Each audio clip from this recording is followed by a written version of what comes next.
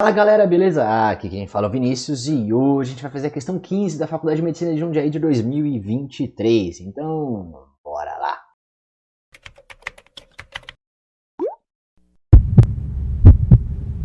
E ela começa assim.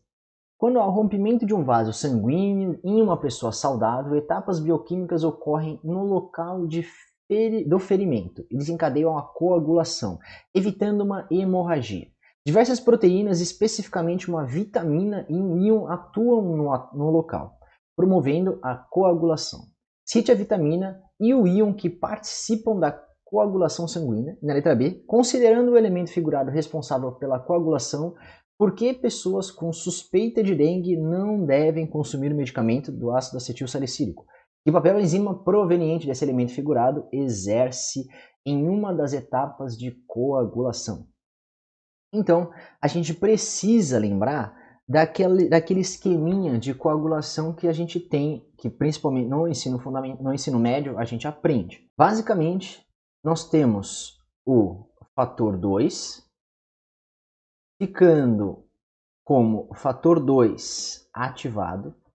Esse fator 2 ele vai atuar no fator 1 e vai ativar esse fator 1 em fator 1 ativado. Isso é uma nomenclatura difícil de se falar. Protrombina, a protrombina, ela vai virar trombina, e essa trombina vai ativar o fibrinogênio, vai fazer com que o fibrinogênio libere uma parte dele, ele é uma cadeia grandona, a trombina vai fazer com que ele libere uma parte dessa cadeia dele e vire a fibrina. A fibrina é a responsável pela formação da rede de coágulos. Então a fibrina ela é um composto insolúvel que vai fazer o coágulo se formar. Para isso acontecer, a trombina ela é produzida lá no fígado, e para ela ser produzida no fígado, ela precisa da ativação da vitamina K. Os fatores da coagulação que dependem da vitamina K é fácil de lembrar, é fácil. Se você vai em duas provas, cada prova vale um determinado ponto. Se você tira 2 em um e 7 no outro, você fica com 9. E se você ficar com 9 na matéria, 9 é 10, velho. 9 é 10. Então, 7, os fatores da coagulação que dependem da vitamina K, os fatores que dependem da vitamina K são os fatores 2, 7, o fator 7, o fator 9, e o fator 10. Então, 7 mais 2 dá 9. 9 numa prova, ó, já tá 10. Então isso é só uma brincadeira para poder memorizar quais são os fatores da coagulação que dependem da vitamina K. A gente já respondeu, a vitamina que faz com que necessita para fazer a coagulação. Além da vitamina K, nós temos uma ativação, uma ação do íon cálcio para poder fazer com que a protrombina vire trombina também. Você tem a produção da trombina lá no fígado, e para ter essa conversão da protrombina em trombina, você precisa do íon cálcio. Além disso, você vai ter essa trombina, vai transformar o fibrinogênio em fibrina. Então, na letra a gente tem a vitamina K e o íon cálcio. Na letra B, ele fala para considerar o elemento figurado responsável pela coagulação. O elemento figurado responsável por essa coagulação são aqueles fragmentos de células que são secretadas pelos megacariócitos lá na medula óssea. Esses fragmentos celulares são conhecidos como plaquetas. Esses fragmentos celulares ou elementos figurados, que são elementos que são quase como se fossem células, mas não são células, porque eles não têm núcleo, mas eles têm uns compostos dentro deles, mas não são células. E aí, as pessoas que têm dengue, essas plaquetas, elas tendem a cair. Nós precisamos ter acima de 150, 200 mil plaquetas para poder ficar, vamos dizer, saudável. Abaixo de 100 mil já começam a gerar problemas de sangramento, pode gerar sangramento, mas principalmente abaixo de 20 mil já, aí surge um problema mais sério. Abaixo de 20 mil plaquetas, o risco de sangramento é bem alto. Tanto é que aí você começa a pensar em transfundir plaquetas se a pessoa não começar a apresentar sinais para isso. Mas isso fica para o especialista lá, o hematologista, que vai decidir se vai precisar transplantar plaqueta ou não. O que a gente precisa saber com relação à dengue? A dengue ela costuma causar plaquetopenia, ou seja, queda no número de plaquetas. Isso aumenta o risco de sangramento. O ácido acetilsalicílico, ele tem a capacidade de inibir o que a gente chama de COX, as COX, as ciclooxigenases. Ele inibe as COX. Essas COX, elas são responsáveis por liberar os que a gente chama umas prostaglandinas produzidas dentro da plaqueta, que é umas prostaglandinas H2.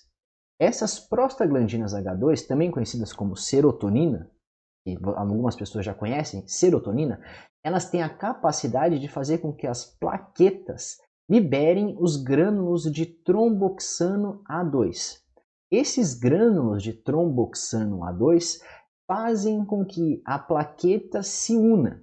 Então, a princípio, ela é uma forma mais esférica, bonitinha, ela não vai se agregar. Mas quando a gente tem o rompimento da membrana por causa de um ferimento, primeiro de tudo, o vaso sanguíneo vai vasoconstringir. Quando ele vasoconstringe, ele vai também diminuir o fluxo sanguíneo nessa região.